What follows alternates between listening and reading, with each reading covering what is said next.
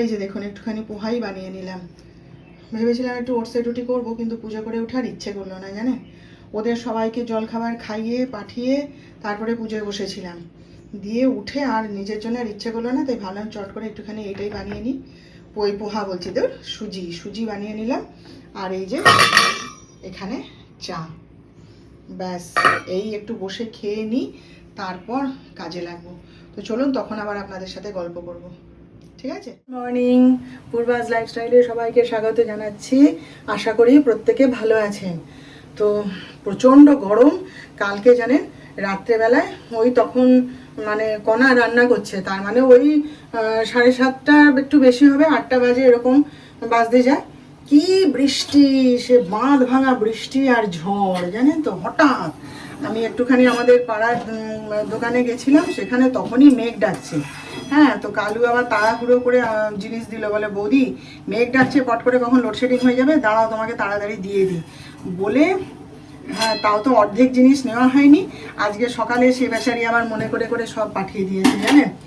দিয়ে দৌড়ে ঘরে ঢুকলাম, কণা যখন বেরিয়ে যাচ্ছে তখনই টিপটিপ করে বৃষ্টি পড়া শুরু হয়ে গেছে।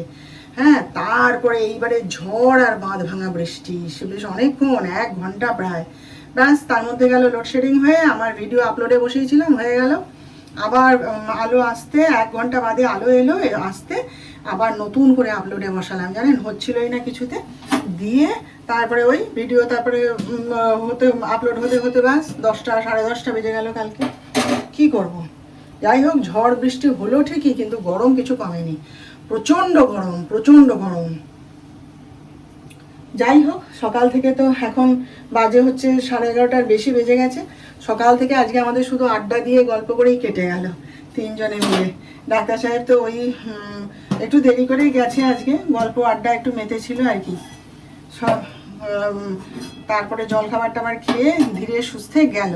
তা আমিও ঘুরে বেড়াচ্ছিলাম, পুজো করে উঠে খাওয়া দাওয়া করলাম, করে তারপরে ভাবলাম যে না, আর করলে সে দেরি হয়ে যাবে, তখন গরমটা আরও বেড়ে যাবে না, রান্নাঘরে আরও কষ্ট হবে, তাই চট করে রান্নাটা বসিয়ে দিই।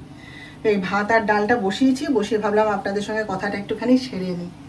তো যাই হোক, চলুন সঙ্গে থাকুন দেখতে। কালকে এখন কি জানেন, একটুখানি ব্লগ দেখছিলাম বসে বসে, তা সেই দাঁড়ান এটা অফ করে দিই। হ্যাঁ, কালকে তো ব্লগ দেখছিলাম বসে বসে, আমি তো অনেকের ব্লগই দেখি, আর ওই মানে পুজো আচ্ছা এইসবের ব্লগগুলো আমি দেখি, একটু আমার ভালো লাগে দেখতে, উল্টো পাল্টা ব্লগ আমি দেখি না। তো যাই হোক, ওরকম দেখছিলাম কালকে জানে মা লক্ষ্মীকে না কি সুন্দর করে শাড়ি পরাচ্ছে জানেন। আমি ভাবছি বলছি, আমারও খুব ইচ্ছে করে জানেন তো, কি সুন্দর করে কুচি দিয়ে আঁচল পরিয়ে তাকে শাড়ি পরাচ্ছে। আর কিন্তু কি জানেন তো, আমাদের এখানে আমি এত খোঁজ করেছি, ওইটা দেখার পরে এত খোঁজ করেছি, কোথাও পাইনি ওরকম শাড়ি। ডাক্তার সাহেবকে কালকে বলছিলাম যে তুমি যে রাধাকৃষ্ণের জামা কাপড় কিনে আনো জন্মাষ্টমীর সময়, তা তুমি কি মা লক্ষ্মীর কাপড় দেখতে পাও না, বলে ওকে দেখালাম ব্লগে যে কি সুন্দর করে কুচি দিয়ে পরাচ্ছে মাকে, লাল হলুদ কত রকমের রং। বলে কি আমি অত খেয়াল করিনি, জানি না। আসল কথা তাই, ও যদি আমাকে একটু নিয়ে যেত না, আমি তাহলে দেখে শুনে ওদেরকে বলে খুঁজে পেতে ঠিক জোগাড় করে আনতাম। পাওয়া যায় না তাই কি আর হয়, ওরা তাহলে কোথায় পাচ্ছে বলুন তো। কি সুন্দর করে আঁচল পরিয়ে মাকে কি সুন্দর করে সাজাচ্ছে। আমাদের এখানে পাওয়া যায় না গো, আমাদের এখানে ওই এক ঘাগরা চলি, তাও তো ওই তো মাকে ঘাগরাটা পরিয়ে রেখেছি ছোট, আমি ঠিক মনের মতো করে পাই না জানেন তো। কি সুন্দর মাথায় ঘোমটা দিয়ে আঁচল করে দিচ্ছে। আমাদের এখানে ওই একটি দোকান ছাড়া তো আর কোনো দোকান নেই, আর পাওয়াও যায় না। আর অনলাইনে দেখছিলাম শাড়ি, কিন্তু মানে ওই ব্লগ ভিডিওতে ওরা যেরকম শাড়ি পরাচ্ছে না, সেরকম শাড়ি কোথাও পেলাম না, সে অন্য রকম স্টাইলের, আমার ঠিক পছন্দ হচ্ছে না। তারপরে দাম বলছে প্রচুর, 700-800 টাকা করে দাম বলছে। সে ঠিক আছে, দাম দিতে রাজি আছে, কিন্তু জিনিসটা মনের মতো হওয়া চাই, তাই না? কোথায় যে পাই, ডাক্তার সাহেব বলছেন কাপড় টুকরো করে নাও, নিয়ে পরিয়ে দাও, সে ঠিক মন ভরছে না, কি যে করি। তাই বলছে, বলে দাঁড়াও আমি যখন যাব কলকাতায়, তখন তুমি আমাকে বলে দিও, ভালো করে বুঝিয়ে দিও, তখন আমি দেখবো। আমি বলি আমাকে একবার নিয়ে চলো না, আমি গিয়ে একটু নিজে দেখে শুনে, গয়নাগাটি কোনো কিছু এখানে না সেরকম, মানে ওরা যেরকম দেখাচ্ছে ওইগুলো আমার খুব পছন্দ হচ্ছে, কিন্তু ওরকম এখানে পাওয়া যায় না গো। এইটাই হচ্ছে আমার দুঃখ। আর আমি ভাবছি কি জানেন, ওই যে যে ছেলেটি ওই ঠাকুরের জামা কাপড়ের দোকান করেছে, পাপুর বন্ধু, হ্যাঁ, সেই ছেলেটিকে আমি ভাবছি বলবো।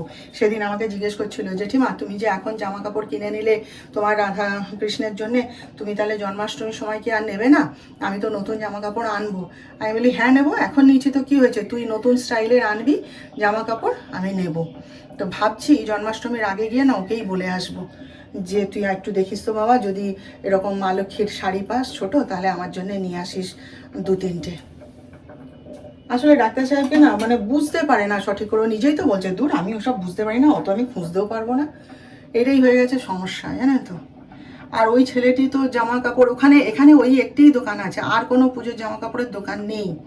হ্যাঁ, ওই ওকে দেখি একবার ভাবছি, আমি কাল থেকে চিন্তা করছি বলবো, বলে ওর কাছ থেকেই যদি পারে নিয়ে আসে তাহলে ওর কাছ থেকেই নেবো। জানেন, ইচ্ছা তো করে কত কি কিনতেও পারি, কিন্তু পেলে তো পাই তো না, এটাই হয়ে গেছে সমস্যা। বুঝতে বেলায় আমাদের এই পাড়ার দোকানে গেছিলাম, তো দেখুন এই যে ম্যাগির প্যাকেট নিয়ে এসেছি 3টে, আর মশলা চা। এটা হচ্ছে আমি যে চাটা খাই সবুজ রঙের প্যাকেট, সেটা নেই, শেষ হয়ে গেছে। হ্যাঁ, এটা আমার খুব একটা ভালো লাগে না, খুব একটা ভালো লাগে না। ওই সবুজ প্যাকেটটা যেটা, তার মতো ভালো না এটা। আমি দে তাই দে, বলছে তুমি নিয়ে যাও না বৌদি এটা, তো এটাই নিয়ে এসেছি। আর এই যে আমার ঠাকুরের জন্য ধনে গুঁড়ের প্যাকেট নিয়ে এসেছি, বার ব্রত করি তখন লাগে, তাই আলাদা করে 2টো প্যাকেট আমি এনে রেখে দিই। এই ধনে গুঁড়ো নিয়ে এসেছি, একটা চাউয়ের প্যাকেট নিয়ে এসেছি। এই যিশু ওর বাবা সকালবেলায় খেয়ে বেরিয়ে যায়, তখন একটু ঝপ করে দিলে না খেয়ে বেরিয়ে যেতে পারে, সেই নিয়ে এসেছি। আর এই আমার রান্নাঘরের জন্য একটা হ্যান্ড ওয়াশের প্যাকেট নিয়ে এসেছি, এই তো। আর 2টো স্কচ ব্রাইট এনেছি, টুকটাক জিনিস আর কি, এগুলো আমার লাগে, নিয়ে এসেছি। আর আমার ছেলের জলজিরা অনেকগুলো এনে দিয়েছিলাম, তার এই কটা এখন আছে, তো ভীষণ ভালোবাসে খেতে, ঘুরবে ফিরবে আর খাবে। আর একটা ডেটল নিয়ে এসেছি। আর এই যে আমার হ্যান্ড স্যানিটাইজারটা শেষ হয়ে গেছিলো, এটা সবসময় আমার ব্যাগে থাকে আমার সঙ্গে, তো সেটা শেষ হয়ে গেছিলো, নিয়ে এসেছি। এগুলো এখন তুলে গুছাবো, ওই জন্য ভাবলাম আপনাদেরকে একবার দেখিয়ে দিই। আর সকালবেলা কিছু জিনিস ভুলে গেছিলাম, ওই আমার রিমোটের ব্যাটারি, আরও কিছু জিনিস ভুলে গেছিলাম, সে আবার কালু আবার পাঠিয়ে দিয়েছে। এই যে সকালবেলায় পাঠিয়ে দিয়েছিল, ওর বউ এসে দিয়ে গেছে সকালবেলায়। এই যে দেখুন আলু পোস্ত বানালাম আজকে, ডাটা কিছু নেই, এগুলি প্লেন আলু পোস্ত করে দিলাম।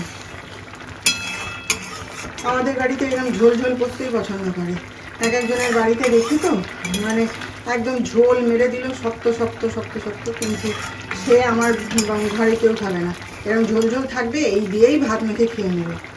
ডাক্তার সাহেবের তো অসম্ভব পছন্দের খাবার আলু পোস্ত, যিশুও ভালোবাসে। এইরকম ঝোল থাকবে, আর একটুখানি ঝোল মারবো ব্যাস। আর ঝোল তো টেনে নেবে না আলু, সেই জন্যে খেতে বসে তখন ঝোল না পেলে বিরক্ত হয়। এই যে ডাল আলু পোস্ত আজকে, আর কিচ্ছু না। এই যে কালকে এক প্যাকেট বড়িও কিনে এনেছি, ঝোলের বড়ি। এখন বাজার যায়, আর কবে এখন বাজার যাব তারপর আনবো, কালুর গাছে পাওয়া যায়, আমি নিয়ে এসে রেখে দিলাম। বড়িটা শেষ হয়ে গেছিলো, আর এবারের লিস্টে না লিখে দেবো বলে ভুলে গেছি, জানেন তো। আর এই যে বেগুন পোড়া বসিয়েছি, অনেক দিন বাদে আবার বেগুন পোড়া। কালকেই খাবার ইচ্ছে ছিল কিন্তু হয়নি, কালকে উচ্ছে সেদ্ধ খেয়েছিলাম, সেই জন্যে আজকে ভাবলাম একটুখানি তাহলে আমার জন্য বেগুন পোড়া বসিয়েই দিই। আপনারা সাগর তিওয়ারির ব্লগ দেখেন? আমার যে কি ভালো লাগে গো, আমি মানে সময় পেলেই দেখি। আমার যিশুও খুব ভালোবাসে। হ্যাঁ, আমি জানি না ওগুলো সত্যিই কি মিথ্যে, প্যারানর্মাল অ্যাক্টিভিটিগুলো, কিন্তু আমার ভালো লাগে দেখতে, আমি দেখি। আমার ছেলে আবার যদি আমি দেখতে না পাই, তো আমার ছেলে আবার বলে দেবে, ওমা নতুন ব্লগ ছেড়েছে কিন্তু দেখে নিও, নতুন ভিডিও ছেড়েছে। হ্যাঁ, তো আমি দেখি, আমার খুব ভালো লাগে দেখতে, যখনই সময় পাই তখনই দেখি। আর দেখি হচ্ছে কি জানেন, মুরলিওয়ালে হসলা, ওই আমার যে কি ভালো লাগে না, ডাক্তার সাহেব ওইটা দেখলে পরেই চিৎকার করবে, তুমি এই করছো কেন, ওই সমস্ত কেউ দেখে, ছি। আমি একদিন বলছি দেখো না, তুমি দেখো কিভাবে লোকটা সাপগুলোকে ধরছে, করছে, ছি, আমাকে দেখিও না একদম, আমার গা গুলায়। আমার খুব ভালো লাগে। তাই সব থেকে ভালো লাগে কি জানেন, লোকটার মানে জ্ঞানটা দেখে, একটা সাপকে সে ধরে তার সম্পর্কে বলতে থাকে, আমি ওইগুলোই দেখি, যে লোকটাকে কত জ্ঞান অর্জন করতে হয়েছে, শুধু সাপ ধরে ঘুরে বেড়ায় না সে। আমার খুব ভালো লাগে, ওই জন্য নামগুলো উল্লেখ করলাম আপনাদের সামনে। তারপরে স্পিরিচুয়াল যেগুলো আছে ব্লগ, প্রেমানন্দজি মহারাজ তাকে দেখি। তারপরে এই যে পুজো আচার যে ব্লগগুলো দেখায়, হ্যাঁ কয়েকজন নির্দিষ্ট আছে, নাম আর বললাম না, তাদের ব্লগগুলো আমি দেখি, আমার খুব ভালো লাগে। হ্যাঁ, তারপরে আমাদের যারা চলতি ব্লগার রয়েছে ইউটিউবে, তাদের ব্লগও দেখি, সবার দেখি না, চোজেন কতগুলো আছে সেগুলো দেখি। দেখে দেখে আসলে এই ব্লগগুলো কেন দেখি বলুন তো, এইগুলো দেখে অভিজ্ঞতা অর্জন করি। আমিও যখন ইউটিউবে রয়েছি, ভিডিও করছি, এবার সব বিষয়ে তো আমি জানি না, কিভাবে কথা বলতে হবে, কি দেখাতে হবে, তারা কি দেখাচ্ছে, কিভাবে কথা বলছে, সেইগুলোকে দেখে দেখে শেখার চেষ্টা করি। হতে পারে আমি ছোট্ট ব্লগার, সামান্য, ছোট থেকেই তো একদিন সবাই বড় হয় না। আর যারা ইউটিউবে দাপিয়ে বেড়াচ্ছে তারাও একদিন ছোট থেকেই বড় হয়েছে, তাই না? বলা কি যায়, আমিও একদিন ওরকম বড় হয়ে যেতেও পারি, তাই না বলুন? তো যাই হোক, এই সমস্তগুলো আমি দেখে দেখে সময় কাটাই, আমার খুব ভালো লাগে। আপনারা যদি না দেখেন সাগর তিওয়ারির ব্লগ, আপনারা দেখবেন। জানেন, এরকম অভিজ্ঞতা না আমার জীবনেও আছে, আমার ব্যক্তিগত জীবনে আছে, আমার শ্বশুর বাড়িতে এসেও আছে, আর আগেও আছে অভিজ্ঞতা। সেগুলো নাই তো একদিন কোনো দিন সুযোগ পেলে আবার আপনাদের সঙ্গে গল্প করব, শেয়ার করব। জানেন, এই এবার রান্না বান্না তো কমপ্লিট হয়ে গেছে, এবার টেবিলটা একটু পরিষ্কার করে যিশুকে খেতে দেবো, খেয়েও আবার বোধহয় বেরিয়ে যাবে, জানি না। যাই হোক, খাইয়ে দাইয়ে রেডি করে দিই। চলুন আবার আপনাদের দেখিয়ে দিই, হ্যাঁ কী কী রান্না করেছি না করেছি, তারপর গ্যাস ট্যাস পুছবো, পরিষ্কার করবো। কী রান্না করলাম দেখিয়ে দিই একবার। আচ্ছা, এই যে মুগের ডাল, দাঁড়ান দেখাচ্ছি, এই যে মুগের ডাল, ঠিক আছে, আর এখানে হচ্ছে কি ভেন্ডির ঝাল করেছি একটুখানি, নিজেরটাও তো চিন্তা করতে হবে। আর এই যে আলু পোস্ত, আমি কি খাবো সেটা কে চিন্তা করবে বলুন, আমাকেই তো করতে হবে। আর এই যে ডিম ভাজা, এখানে একটা বাটা মাছ ভাজা করে নিয়েছি, আর ঝোল টোল করিনি। এটা হচ্ছে বেগুন পোড়া, এখনও মাখাইনি। আর এই যে ওদের জন্য আলু পোস্ত করেছি, আমার জন্য একটু পোস্ত বেটে রেখেছি, পেঁয়াজ লঙ্কা তেল নুন সব দিয়ে রেডি করে রেখেছি, এটা ভাতে খাবো। ব্যাস, এই হচ্ছে আজকের রান্না। আমাদের আবার জল নেই জানেন, আবার জল আসছে না, আবার মনে হয় জলের ট্যাঙ্কি নিয়ে আসতে হবে। কী যে ঝামেলা জানেন, একটু একটু করে পাম্প চালিয়ে চালিয়ে কাজ করছি, কি কষ্ট জানেন। দেখুন আমার ছোলা সেদ্ধ রেডি, এখানে রেডি করে রেখে দিলাম। আগে থেকে রেডি করে নিলে একটু কনারও সুবিধা হয়, নইলে ও যখন রান্না করতে আসে একটু মানে ডিস্টার্ব ফিল করবে তখন, আর আমাদেরও খিদে পেয়ে যায়, তখন বসে থাকতে হয় কণা কখন আসবে। তারপর সেই জন্যে রেডি করে রেখে দিয়ে আমি আমার কাজে যাব। এবার যার যেমন ইচ্ছা হয়, যার মুড়ি দিয়ে খেতে ইচ্ছা হবে খাবে, যার চিড়ে ভাজা দিয়ে খেতে ইচ্ছা হবে খাবে, যার এমনি চাট বানিয়ে খেতে ইচ্ছে করবে পেঁয়াজ শসা চানাচুর দিয়ে সে তেমনিভাবে খাবে। মোট কথা এখানে রেডি করা রইল। আমি এখন যাচ্ছি হচ্ছে সন্ধ্যা দেখাতে। বাজে এখন হচ্ছে 8টা, জানেন, কণা এইমাত্র রান্না করে দিয়ে চলে গেল। এবার আমি এসছি, সব কাজ ততক্ষণে আমি কমপ্লিট করে নিলাম, নিয়ে এবার আমি এসছি। আলোটা কিরকম কাঁপছে দেখছেন, লোডশেডিং হবে মনে হয়। সব কাজ শেষ টেস করে এবার আমি এসছি একটুখানি ওই চা করব, একটু চা খাবো, খেয়ে একটুখানি পা মেলে বসবো। এই সময়টুকুই যা একটুখানি বিশ্রাম পাই জানেন, কণাকে রাখাতে এই একটা সুবিধা যা হয়েছে আর কি।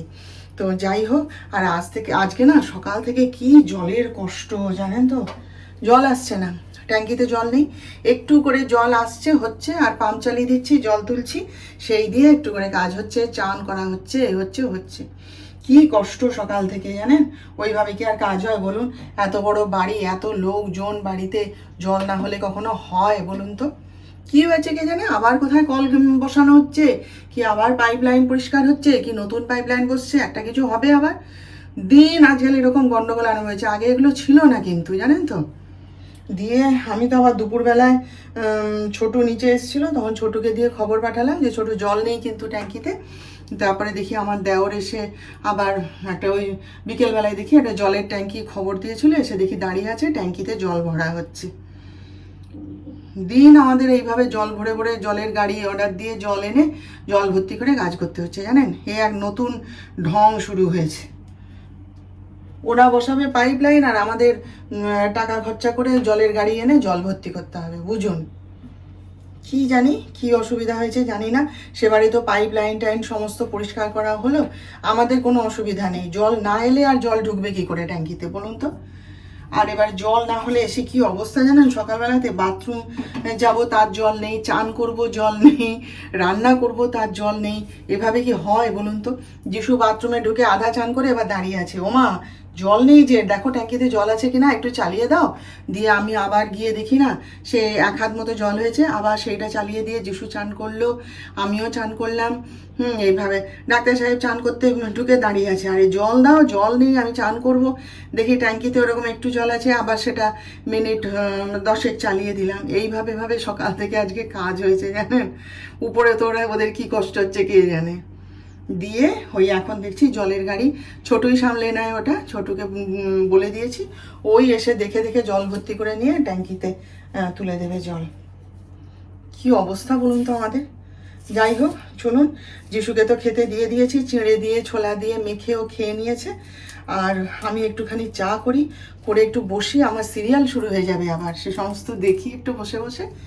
তো চলুন, হ্যাঁ পরে আবার আপনাদের সঙ্গে কথা বলব। আজকের মতন এবার তাহলে রাখি। বাইরে না প্রচণ্ড মেঘ ডাকছে জানেন, বৃষ্টি হবে বোধহয় আবার। এবার যদি ঝড় ওঠে, বৃষ্টি শুরু হয়, লোডশেডিং হয়ে যাবে, তো ওই জন্য তাড়াতাড়ি ভিডিওটা শেষ করে দিচ্ছি। তো আজকের মতো রাখলাম, আবার আমাদের দেখা হবে নেক্সট ব্লগে। আপনারা ভালো থাকবেন, আর আমার আজকের ভিডিওটা ভালো লাগলে একটা লাইক, শেয়ার ও সাবস্ক্রাইব প্লিজ করে দেবেন।